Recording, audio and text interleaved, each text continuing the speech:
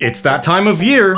Oh! With April 1st come and gone, it is once again time to delve back into the world of insane monsters that somehow made it into a real-life, official, actual, factual D&D product. And this year, we're taking a trip down memory lane back to a very special article in Dragon Magazine issue 156. Longtime viewers of the channel might recognize this issue as the magazine containing the absolute gift that is pink dragons, a creature who is definitely still one of my favorites, and while this week's monster comes from the same article, it not only manages to be a little silly, but I think it actually turns the corner into being a truly fascinating, useful, and unique monster with tons of potential. The paper dragon. I may have also created some expanded stats beyond what was presented in the original entry, who can say, but nonetheless today we're cracking open the dragon's worstiary yet again to see what it's got in store. So, let's do it.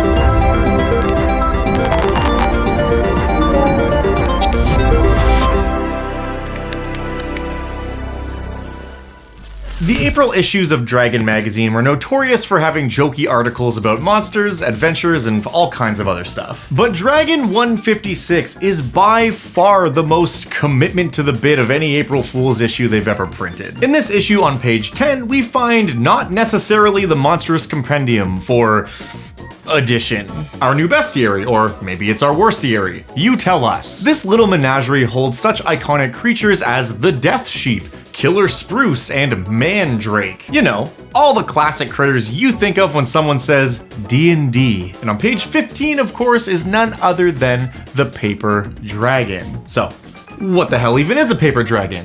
I'm glad you asked. This creature is a tiny construct. It literally appears as a 6-inch long piece of parchment paper with a dragon drawn on it, albeit quite well. And when they're moving around, they appear slightly more three-dimensional, but when they're at rest, these little guys simply lay flat and are nearly impossible to perceive as anything more than a two-dimensional drawing. As the story goes, they were first created by a wizard who was, to quote the article, a bit eccentric.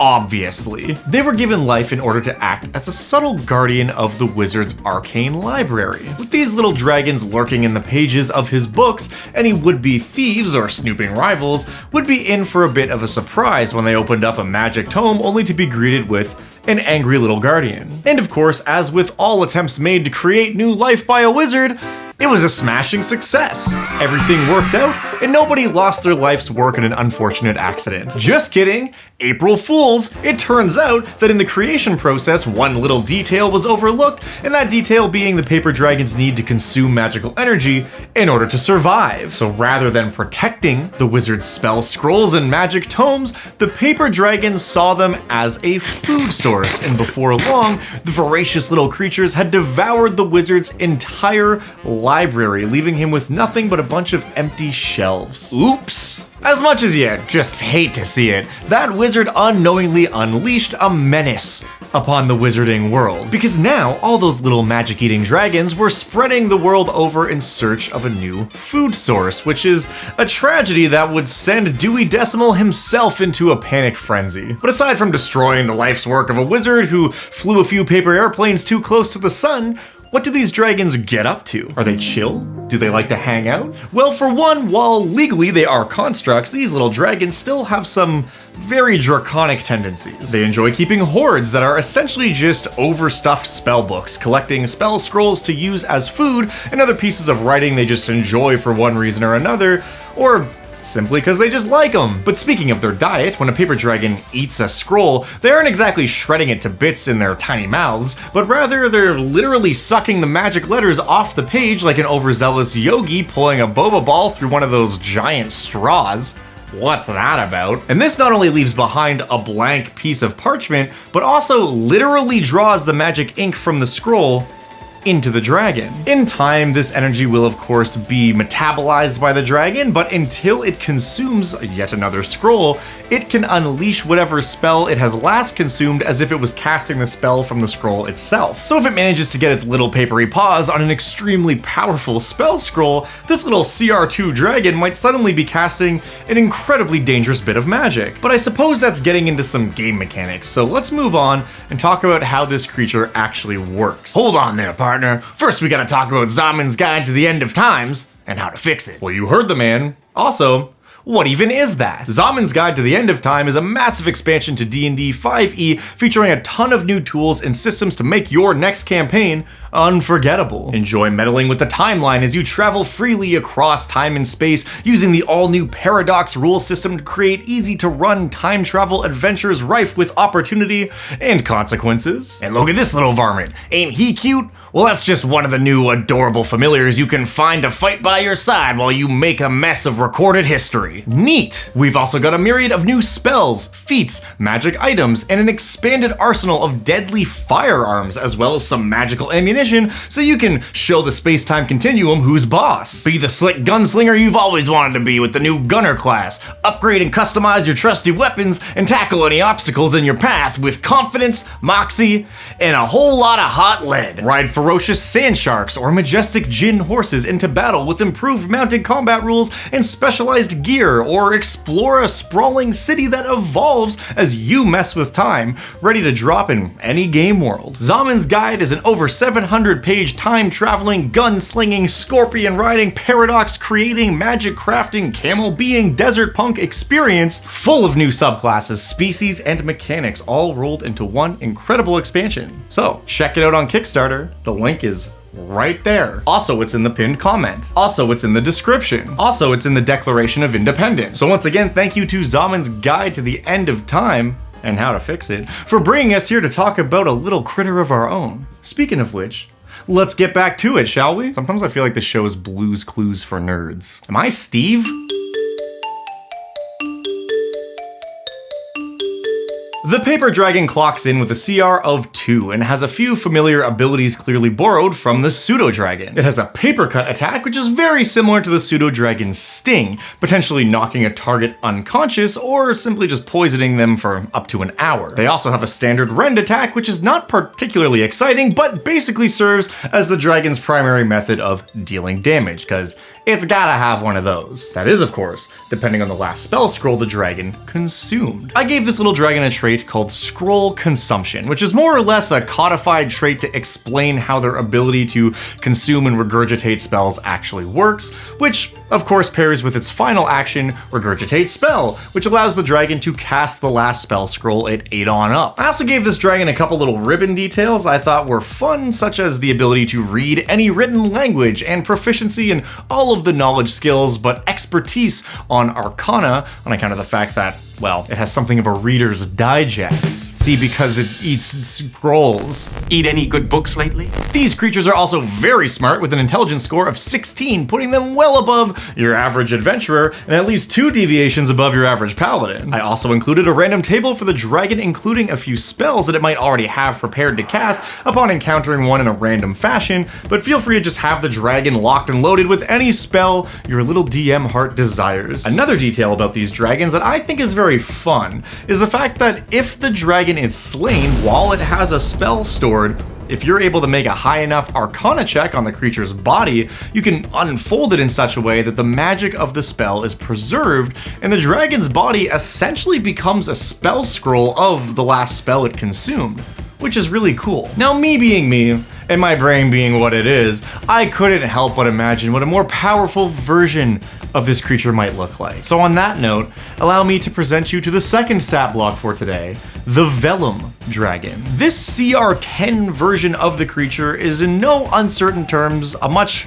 greater threat. They're no longer truly two-dimensional, but now present as large creatures folded together by many complex origami-ass papers that ultimately still create the shape of a dragon, albeit more complex. Like Hooktail from Paper Mario, except with magic stored inside and none of the weird feat stuff. Look it up. Aside from bigger numbers and tougher saves, the Vellum Dragon is also able to store not one, but up to 6 spells at a time, making it much more dangerous and much more ravenous in kind. It also moves a lot faster and has a reaction sure to make many a player verbalize a real actual curse upon you in your house. The Bend Magic reaction is essentially a counterspell, except if the creature casting the spell fails their save, the spell isn't dissipated. The dragon gets to redirect it at another target, or just consume the magic and store it within itself for later. This is an incredibly dangerous ability that I encourage you to use liberally. Oh, you were gonna cast haste? Thanks! Oh, you're casting Fireball? Better jump out of the way. Oh, you're casting True Strike? Why? Unless you're playing the 2024 version of the game, in which case, get bonked, I guess? But all in all, I think that both the CR2 and the 10 version of this creature provide a very fun and dynamic potential encounter, which I can't wait to use in a campaign of my own. So, let's talk about how we might actually do that.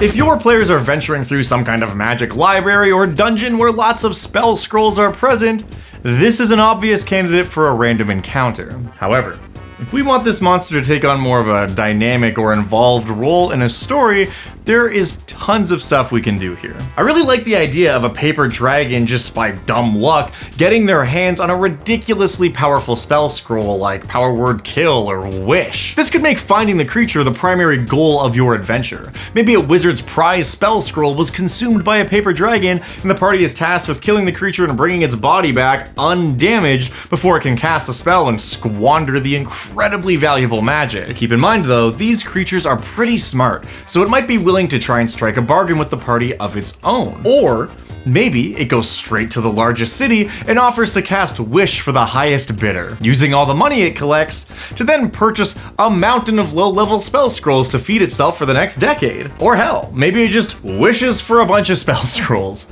Who can say? I do think that it having Power Word Kill is especially funny though, because that's akin to giving this little dragon a gun loaded with exactly 1 bullet. It might only be able to cast a spell once, but if it does, someone's gonna straight up die. The idea of this dragon leveraging that to gain some amount of power over other creatures is not only a cool potential story beat, but also just so funny. I feel like the more powered up version of this dragon could also make for a really interesting librarian type creature, or even a party patron. Maybe this dragon is after a specific spell scroll that it's never tasted before and it wants to know what high level magic truly tastes like. So it finances the party to do a heist on its behalf. Or if you've got a wizard in your party who takes the time to hang out with one of these little guys, maybe you just happen to be feeling nice that day and you hook them up with one of the most unique familiars a spellcaster could ask for. Who doesn't love a bookmark that sometimes casts Fireball? Ultimately, these papery pals are just a lot of fun and can be as cute, dangerous, or straight up terrifying as you want them to be,